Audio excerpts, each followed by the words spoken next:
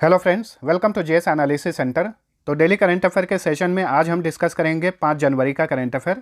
साथ ही इसका पीडीएफ इस वीडियो के डिस्क्रिप्शन से आप डाउनलोड कर सकते हैं। तो दोस्तों, आज का करंट अफेयर देखेंगे उससे पहले पिछले क्लास का क्विक रिवीजन कर लीजिए। पहला क्वेश्चन है, केंद्रीय रक्षा मंत्री राजनाथ सिंह ने 3 जनवरी 2021 को किस यूनिवर्सिटी में अंतरिक्ष विज्ञान और प्रौद्योगिकी में अनुसंधान के लिए कल्पना चावला केंद्र का उद्घाटन किया? चंडीगढ़ यूनिवर्सिटी में। लकड़ी के चूल्हे की जगह देश का पहला 100% एलपीजी युक्त राज्य कौन बना है? तो ये है हिमाचल प्रदेश। और ध्यान रखिए, कोविड-19 100% कोविड-19 टीकाकरण करने वाला भी ये भारत का पहला राज्य है। राजनीतिक गतिरोध के चलते किस देश के प्रधानमंत्री अब्दुल्ला हमदोक ने अपने पद से इस्तीफा दे दिया है? ये रिपब्लिक ऑफ सूडान के प्रधानमंत्री हैं। हाल ही में इन्होंने इस्तीफा दे दिया है। केंद्र सरकार के अनुसार आर्थिक रूप से कमजोर वर्ग के श्रेणी में आने के लिए उच्चतम पारिवारिक आय सीमा क्या है? 8 लाख रुपए सालाना। क्रिकेट के प्रोफेसर कहे जाने वाले किस देश के दिग्गज ऑलराउंडर मोहम्मद हफीज ने अंतर्राष्ट्रीय क्रिकेट से संन्यास ले लिया है? ये पाकिस्तानी क्रिकेटर हैं। हाथी दंत व्यापार के खिलाफ अभियान के लिए विश्व प्रसिद्ध केन्या के किस संरक्षणवादी और जीवाश्म विज्ञानी का हाल ही में निधन हो गया? Richard leaky. फीडे विश्व ब्लिज शतरंज चैंपियनशिप 2021 में पुरुष वर्ग का खिताब किसने जीता? फ्रांस के मैक्सिम वाचियर लाग्रेव ने। वहीं महिला वर्ग में इस चैंपियनशिप का खिताब जीती कजाकिस्तान की बीबीसार असौबाएवा ने। नेक्स्ट, जम्मू और कश्मीर बैंक के नए प्रबंध निदेशक और मुख्य कार्यकारी अधिकारी यानी एमडी एंड सीईओ कौन बने हैं? तो ये हैं बलदेव प्रकाश। किस टेक कंपनी ने $125 मिलियन की लागत से एलिस इंडिया और ग्रीन इन्वेस्टमेंट्स का अधिग्रहण कर लिया है? टेक महिंद्रा ने। भारत में 15 से 18 साल के आयु के बच्चों के लिए कोविड टीकाकरण की शुरुआत किस दिन की गई? 3 जनवरी 2022 को। वैसे ये बात बताइए, भारत में पहली बार टीकाकरण की शुरुआत कब की गई थी? 16 जनवरी 2021 को। ठीक है। 2 जनवरी 2022 को 81वीं अखिल भारतीय प्रौद्योगिकी प्रदर्शनी नुमाइश 2022 का उद्घाटन कहां पर किया गया? हैदराबाद में। 15 फरवरी तक यानी 1.5 महीने तक इस प्रदर्शनी का आयोजन किया जाएगा हैदराबाद में। पेपरलेस कोर्ट बनने वाला देश का पहला हाई कोर्ट कौन बना है? Kerala high court. Vistara airlines के नए सीईओ कौन बने हैं? विनोद कन्नन। तो अब चलिए, आज का पहला क्वेश्चन है, 4 जनवरी 2022 को कौन सा विश्व ब्रेल दिवस मनाया गया? तो देखिए, हर साल 4 जनवरी को विश्व ब्रेल दिवस मनाया जाता है। 2022 में इस दिवस का ये चौथा संस्करण था। Option B right answer. पहली बार ये दिवस मनाया गया था 2019 में। अच्छा, किसकी याद में 4 जनवरी को हर साल ये दिवस मनाया जाता है? लुई ब्रेल की याद में, जिन्होंने ब्रेल लिपि का आविष्कार किया था नेत्रहीन लोगों के लिए। और ब्रेल लिपि का आविष्कार इन्होंने कब किया था? 1824 ईस्वी में। मात्र 15 साल की आयु में इन्होंने ब्रेल लिपि का आविष्कार किया था। लुई ब्रेल कहाँ के रहने वाले थे? फ्रांस के रहने वाले थे। ठीक है। इनका जन्म हुआ था 4 जनवरी 1809 को। तो इन्हीं की याद में इनके जन्म दिवस के अवसर पर हर साल 4 जनवरी को विश्व ब्रेल दिवस मनाया जाता है। चलिए, अगला क्वेश्चन है, पौष्टिक आहार के माध्यम से स्वास्थ्य जीवन को बढ़ावा देने के लिए केंद्रीय आयुष मंत्रालय ने पायलट प्रोजेक्ट के तौर पर कौन सी योजना शुरू की है? तो देखिए, पौष्टिक आहार के माध्यम से स्वास्थ्य जीवन को बढ़ावा देने के लिए यानी लोगों के बीच पौष्टिक आहार के बारे में जागरूकता बढ़ाने के लिए हाल ही में केंद्रीय आयुष मंत्रालय ने आयुष आहार योजना की शुरुआत की है। वैसे अभी इसे दिल्ली के सिर्फ एक कैंटीन में शुरू किया गया है पायलट प्रोजेक्ट के तौर पर। आने वाले समय में हो सकता है कि इसे पूरे भारत में लॉन्च किया जाएगा। ठीक है। केंद्रीय आयुष मंत्री हैं सर्बानंद सोनोवाल। उन्होंने इस योजना की शुरुआत की है। हाल ही में $3 ट्रिलियन मार्केट कैप के आंकड़े को छूने वाली दुनिया की पहली कंपनी कौन बन गई है? देखिए, $1 ट्रिलियन बराबर होता है वर्तमान में 1000 बिलियन डॉलर के। और इसमें से $1 बिलियन बराबर होता है, अगर रुपए में बात करें तो लगभग 7,500 करोड़ रुपए के बराबर होता है 1 बिलियन डॉलर। तो $3 ट्रिलियन मार्केट कैप के आंकड़े को छूने वाली दुनिया की पहली कंपनी बन गई है अमेरिका स्थित Apple. Option D right answer. वर्तमान समय में सिर्फ 4 ही देश ऐसे हैं जिनका जीडीपी $3 ट्रिलियन से अधिक है। बाकी दुनिया के वर्तमान में जितने भी देश हैं उसमें भारत भी है जिनका जीडीपी $3 ट्रिलियन से कम है। तो ये एक ऐसी कंपनी बन गई है जिसने $3 ट्रिलियन के मार्केट कैप के आंकड़े को छू दिया है। तो ये है एप्पल। ठीक है, एप्पल की स्थापना कब हुई थी? 1 अप्रैल 1976 को। स्टीव जॉब्स, स्टीव वोजनियाक और रोनाल्ड वेन इस कंपनी के संस्थापक हैं। एप्पल का मुख्यालय अमेरिका के कैलिफोर्निया में है। वर्तमान में इसके चेयरमैन हैं आर्थर डी लेविंसन और सीईओ हैं टिम कुक। चलिए अगला क्वेश्चन है, किस राज्य सरकार ने राज्य के गरीब राशन कार्ड धारकों के लिए पेट्रोल और डीजल की कीमतों पर 25 रुपये प्रति लीटर की कटौती की है? तो ये है Jharkhand. Option B right answer. Jharkhand के जो भी गरीब लोग हैं, जो भी राशन कार्ड धारक हैं, उन्हें अब पेट्रोल और डीजल की कीमतों पर चाहे जितना भी कीमत हो उसमें 25 रुपये की छूट दी जाएगी। ठीक है, लेकिन ये रियायत 1 महीने में सिर्फ 10 लीटर पेट्रोल और डीजल पर ही लागू होगा, यानी मैक्सिमम 10 लीटर पेट्रोल पर ही ये 25 रुपये की छूट दी जाएगी। तो हाल ही में झारखंड की सरकार ने इसकी घोषणा की है। झारखंड की बात करें तो हाल ही में झारखंड के गुमला में नवरत्नगढ़ की पुरातात्विक खुदाई में लगभग 600 साल पुरानी भूमिगत महल की संरचना प्राप्त हुई है। और नवंबर 2021 में प्रधानमंत्री नरेंद्र मोदी ने रांची में भारत का पहला आदिवासी संग्रहालय का उद्घाटन किया और इस संग्रहालय का क्या नाम है? बिरसा मुंडा संग्रहालय। और 15 नवंबर को बिरसा मुंडा की जयंती को देश में जनजातीय गौरव दिवस घोषित किया गया है, यानी अब हर साल 15 नवंबर को जनजातीय गौरव दिवस मनाया जाएगा। झारखंड की सरकार ने सोना सोबरन धोती साड़ी योजना लॉन्च की है। वहीं माओवादी प्रभावित जिलों में युवा खेल प्रतिभाओं को वित्त पोषित करने के लिए यहाँ की सरकार ने हाल ही में सहाय योजना लॉन्च किया है। और टाटा स्टील द्वारा भारत का पहला कार्बन कैप्चर प्लांट जो है झारखंड के जमशेदपुर वर्क्स में शुरू किया गया है। हमार आपन बजट नामक यहाँ की सरकार ने ऐप और पोर्टल लॉन्च किया है। अब झारखंड का मैप देखिए। झारखंड अपनी सीमा भारत के 5 राज्यों से शेयर करता है। ये राज्य हैं बिहार, वेस्ट बंगाल, उड़ीसा, छत्तीसगढ़ और उत्तर प्रदेश। झारखंड का गठन हुआ था बिहार से अलग करके 15 नवंबर 2000 ईस्वी को। वर्तमान में जिलों की संख्या 24 है। राजधानी रांची, मुख्यमंत्री हैं हेमंत सोरेन, गवर्नर हैं रमेश बैस, डॉक्टर रवि रंजन ये झारखंड हाई कोर्ट के मुख्य न्यायाधीश हैं। झारखंड का हाई कोर्ट रांची में है। झारखंड में लोकसभा सीट की संख्या 14, राज्यसभा सीट 6, विधानसभा सीट की संख्या 81 है। जवाहरलाल नेहरू चिड़ियाघर ये बोकारो में है। टाटा स्टील चिड़ियाघर जमशेदपुर में है। तातो लोई गर्म पानी झरना ये दुमका में है। झारखंड का राजकीय पशु है हाथी, राजकीय पक्षी कोयल, राजकीय वृक्ष साल, राजकीय फूल पलाश है।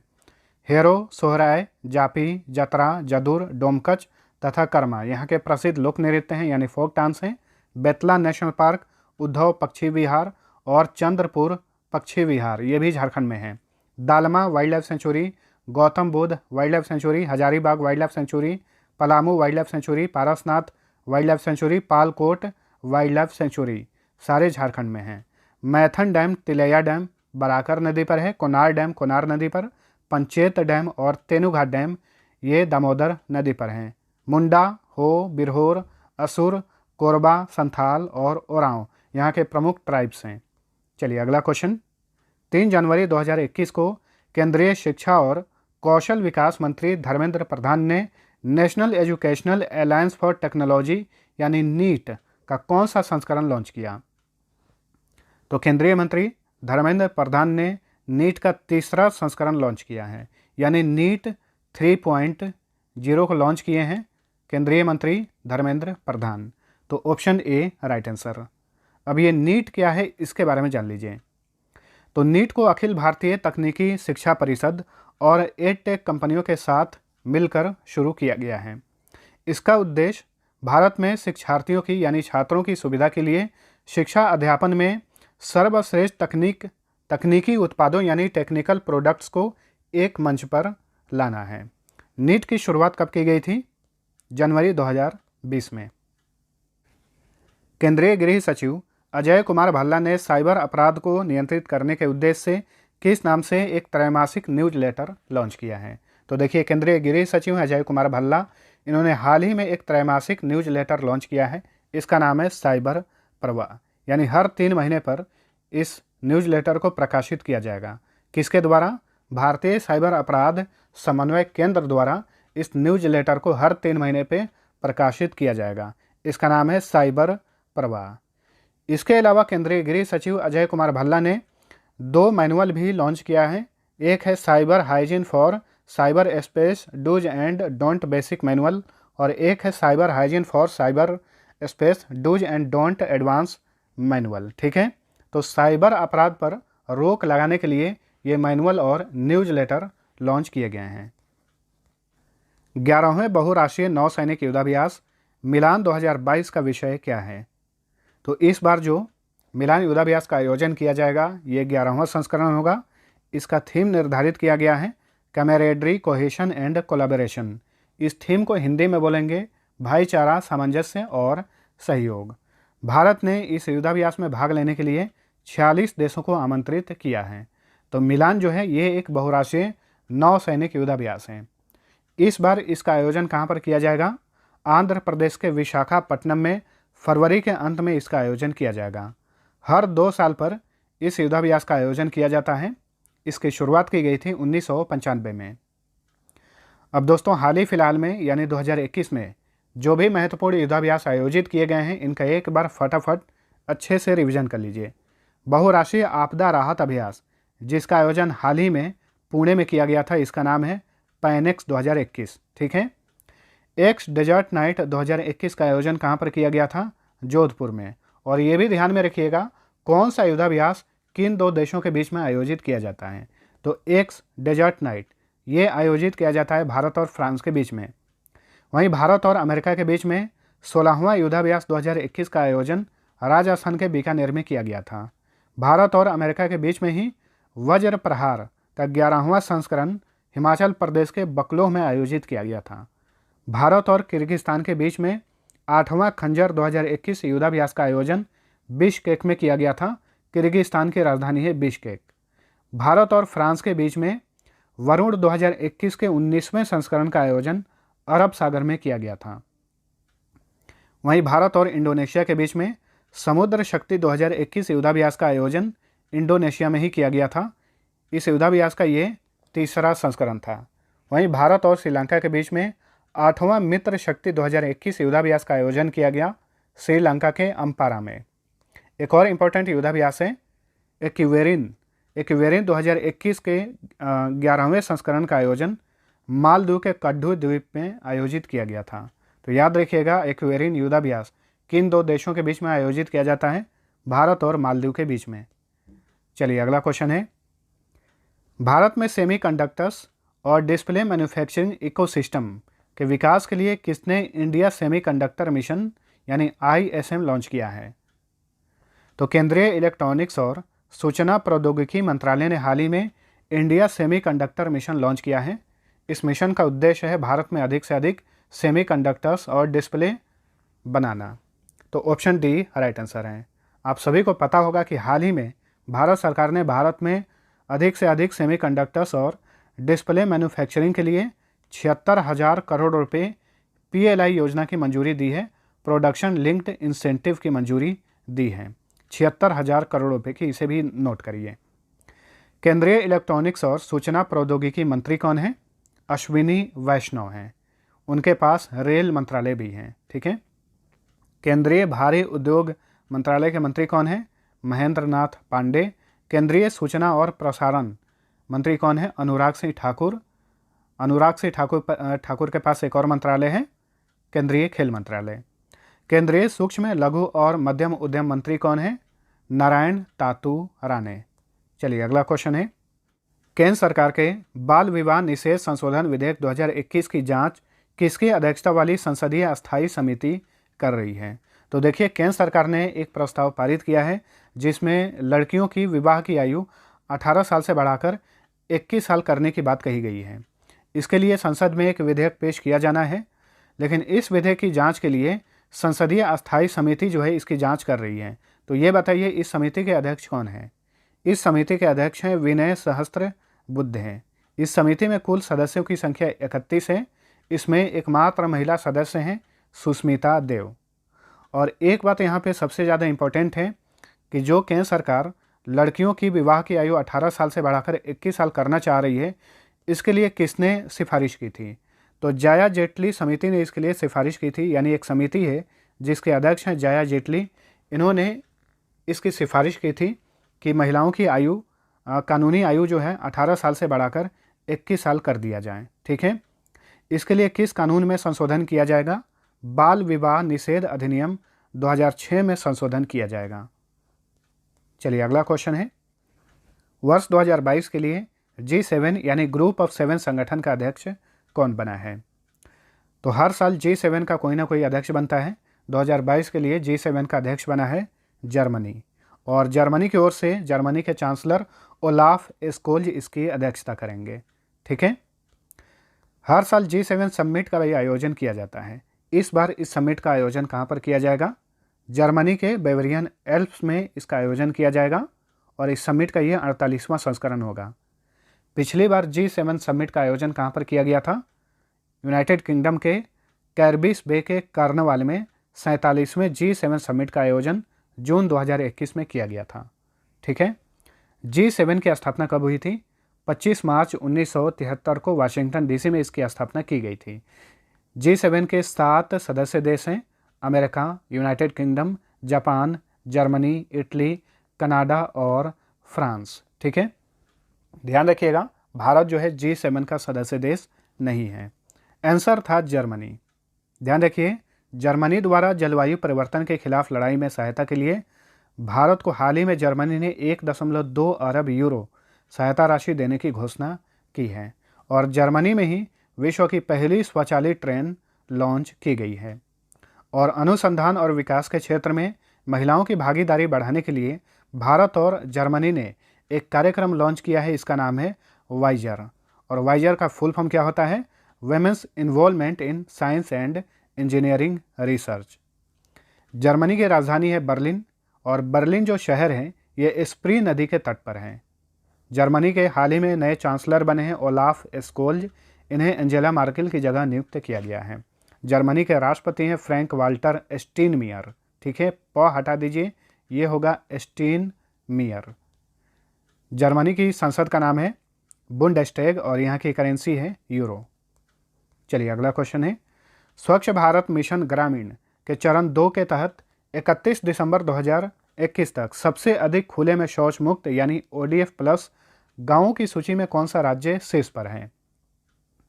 तो देखिए, स्वच्छ भारत मिशन ग्रामीण चरण 2 के तहत सबसे अधिक खुले में शौच मुक्त गांवों की सूची में पहले स्थान पे तेलंगाना है। Option D right answer. ODF का इंग्लिश में फुल फॉर्म होता है ओपन डेफिकेशन फ्री। ठीक है, तो सबसे अधिक खुले में शौच मुक्त गांवों की संख्या तेलंगाना में है। Option D right answer. Telangana की बात करें तो तेलंगाना में भूमि और संपत्ति पंजीकरण के लिए एक पोर्टल लॉन्च किया गया है, इसका नाम है धरनी। किसानों के लिए यहाँ की सरकार ने रैथु बंधु योजना लॉन्च की है। वहीं तेलंगाना में गोदावरी नदी पर दुनिया की सबसे बड़ी लिफ्ट सिंचाई परियोजना कलेश्वरम लिफ्ट परियोजना स्थापित की गई है। भारत का पहला अंतर्राष्ट्रीय मध्यस्थता और सुलह केंद्र तेलंगाना की राजधानी हैदराबाद में स्थापित किया गया है, और हाल ही में हैदराबाद में ही हार्टफुलनेस इंटरनेशनल योग अकादमी का शिलान्यास किया गया। इसका शिलान्यास किसने किया? केंद्रीय आयुष मंत्री सर्बानंद सोनोवाल। ये एकदम से लेटेस्ट न्यूज़ है, इसे नोट करिए। अब तेलंगाना का मैप देखिए। तेलंगाना अपनी सीमा भारत के 4 राज्यों से शेयर करता है। तो ये रहा तेलंगाना, इसकी सीमा आंध्र प्रदेश, छत्तीसगढ़, महाराष्ट्र और कर्नाटक से लगती है। तेलंगाना का गठन हुआ था आंध्र प्रदेश से अलग करके 2 जून 2014 को। जिलों की संख्या 33 है। राजधानी हैदराबाद। मुख्यमंत्री हैं के चंद्रशेखर राव। गवर्नर हैं तमिलिसाई सुंदरराजन। यहाँ के चीफ जस्टिस हैं सतीश चंद्र शर्मा। तेलंगाना में लोकसभा सीट की संख्या 17, राज्यसभा सीट 7, विधानसभा सीट की संख्या 119 है। यहाँ पर विधान परिषद भी है, सीट की संख्या 40 है। वर्तमान में भारत के 6 राज्यों में विधान परिषद है। यह राज्य हैं उत्तर प्रदेश, बिहार, महाराष्ट्र, कर्नाटक, आंध्र प्रदेश और तेलंगाना। तेलंगाना का राजकीय पशु हिरन, राजकीय पक्षी नीलकंठ, राजकीय वृक्ष जम्मी चेट्टू, राजकीय फूल तंगिड्डी पुव्वू है।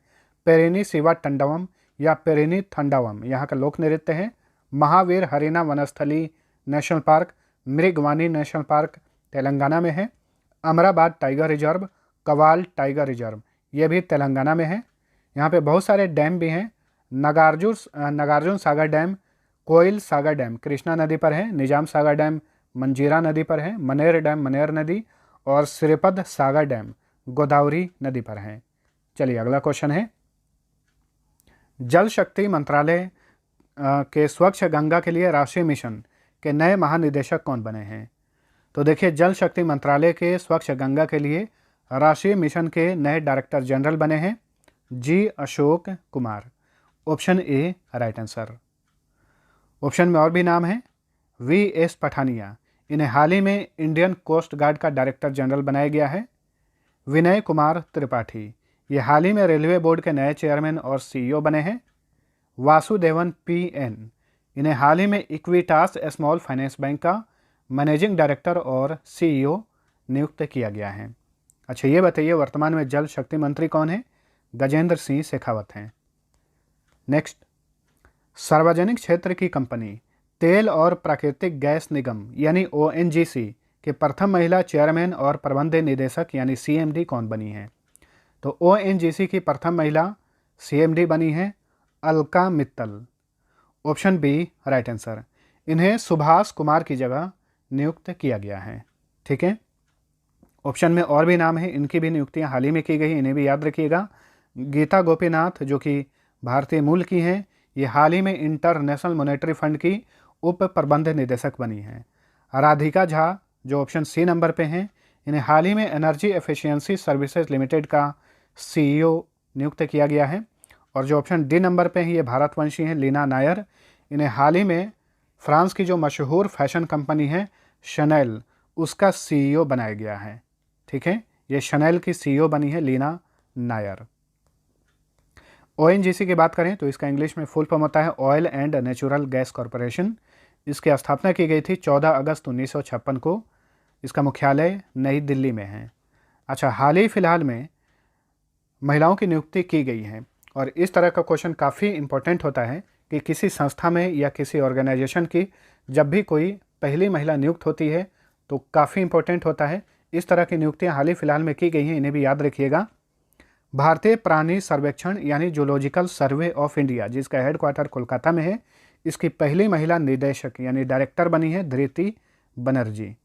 Steel Authority of India Limited यानी सेल की प्रथम महिला चेयरपर्सन बनी है सोमा मंडल।